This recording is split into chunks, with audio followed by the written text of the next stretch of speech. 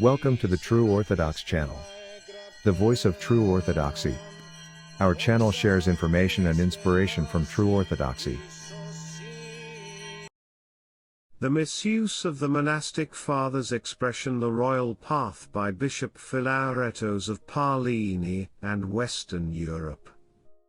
It is common in today's world to try and convince someone of your beliefs, even if that means purposely manipulating a term or a text in a way that it wasn't meant to be used. Using a term seems to give importance and an antecedent to a theory. This catachresis of terms is especially misleading in ecclesiastical writings when patristic expressions are misused, and unethical if it is purposefully done. The use of a holy canon or patristic term seems to give an air of truth to a theory. Often though, these canons and terms are used either incompletely or in a way they were never meant to be used. This confuses the reader and allows him to believe that the fathers said things that they never really said. Let's look at the use of the expression "the royal path" and how this term used by the fathers is not like its present use in many ecclesiastical circles. General meaning. In general, and even before it was used in Christianity, the term royal path, Basiliki Odus, literally the royal or king's path in Greek, meant the path that belonged to the king. The term in ancient times is usually connected to Euclid, the father of geometry.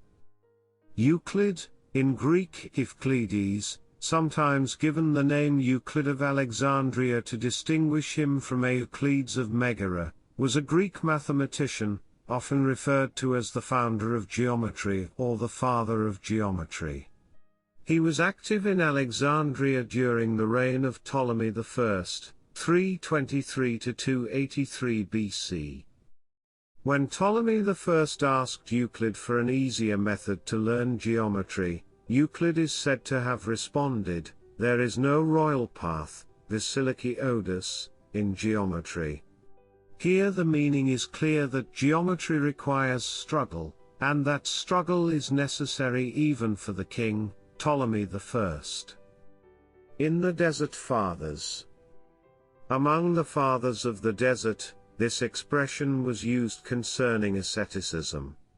The fathers warn against extremes in asceticism, because attempting too strict an asceticism can give birth to physical ailment, which could be a blessing for some, but for the less spiritually prepared could open the door to leaving asceticism altogether, and too little asceticism could bring a lax in spiritual life.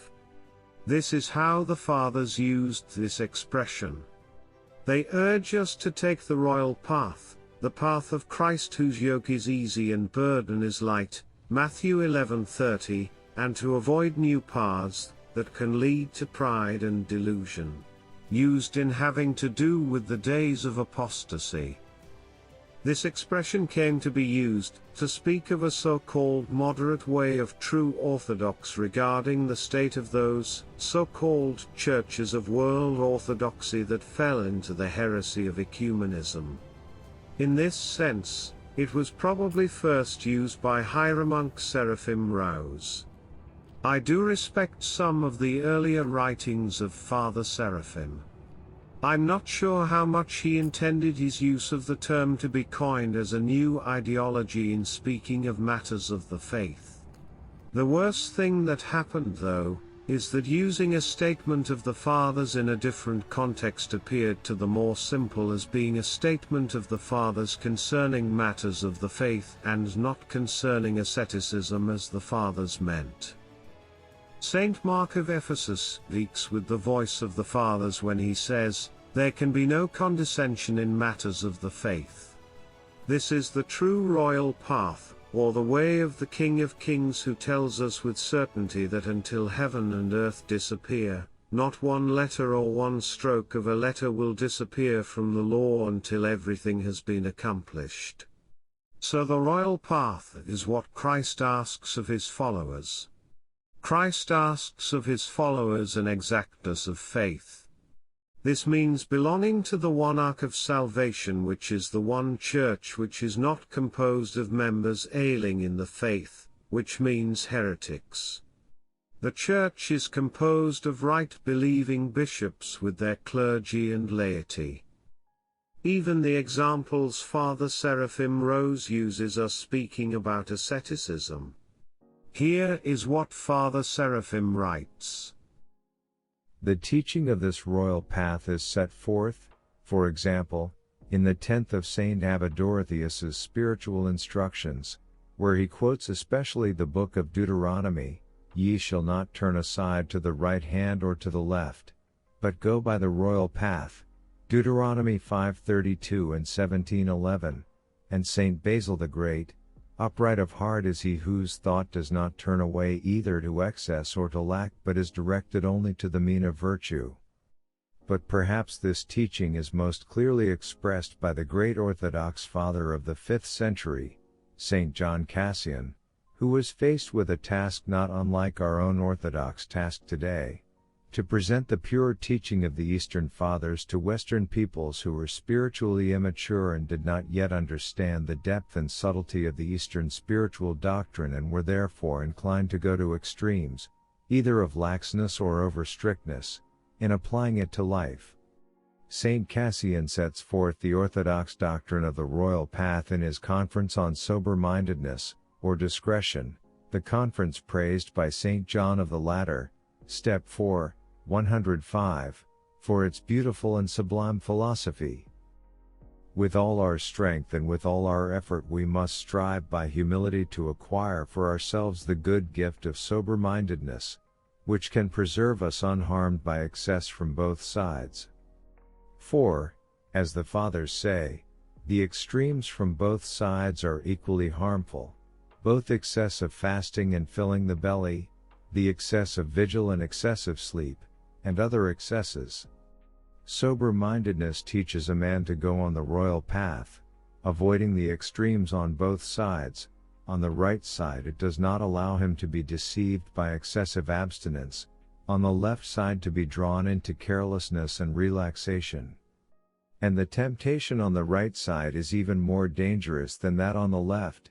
Excessive abstinence is more harmful than satiating oneself, because, with the cooperation of repentance, one may go over from the latter to a correct understanding, but from the former one cannot, that is, because pride over one's so-called virtue stands in the way of the repentant humility that could save one.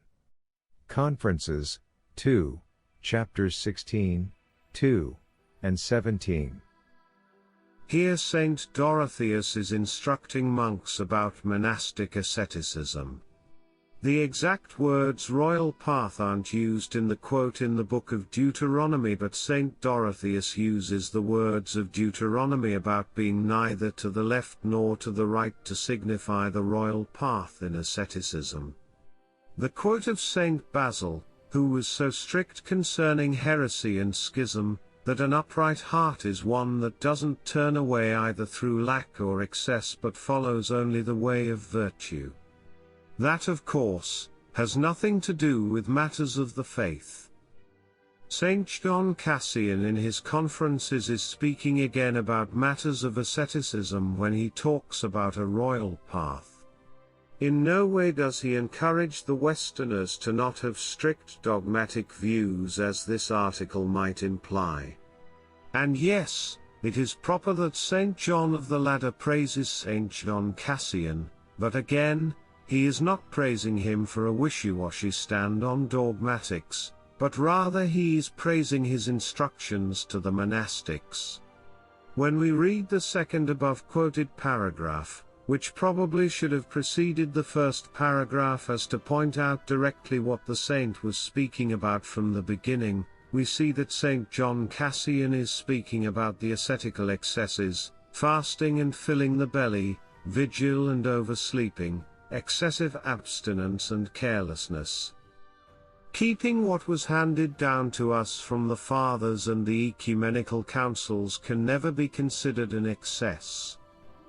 Father Seraphim Rose goes on to say, applying this teaching to our own situation, We may say that the royal path of true orthodoxy today is a means that lies between the extremes of ecumenism and reformism on the one side, and a zeal not according to knowledge, Romans 10:2, on the other.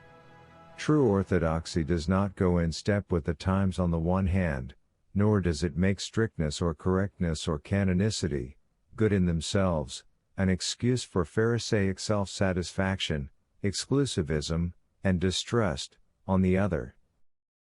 Now, this teaching of the royal path doesn't really have anything to do with our own situation, which is keeping the faith of the fathers in a time of apostasy. Yes, one shouldn't have Pharisaic self-satisfaction from canonicity, but the Church doesn't exist outside of canonicity. This interpretation of the royal path, as pertinent to dogmatics, is something that the followers of Metropolitan Cyprian, and the synod he formed based on a new design, belonging neither to the Church and beliefs of the true Orthodox nor in obedience to world orthodoxy, used to its fullest. The danger in the use of the term royal path in talking about true orthodoxy and apostasy, is that the simple reader is led to believe that the fathers stood in the middle of the road on dogmatic issues, that they found strict adherence to the matters of the faith to be going to an extreme. This is precisely the opposite of the truth. When matters of the faith came up, the fathers and the holy councils chose only the royal path, which means obedience to the teachings of Christ and his holy apostles. The fathers didn't turn to the left or the right, but remained on a solid path of following the teachings of truth, which is always absolute.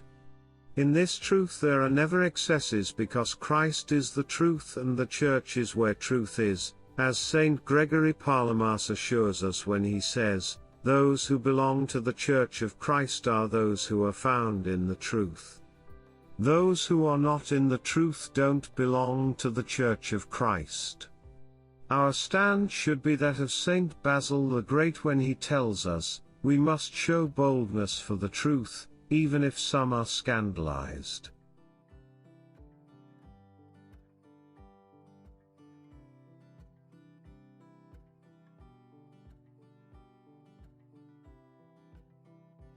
Don't miss out. Hit the subscribe button and turn on notifications.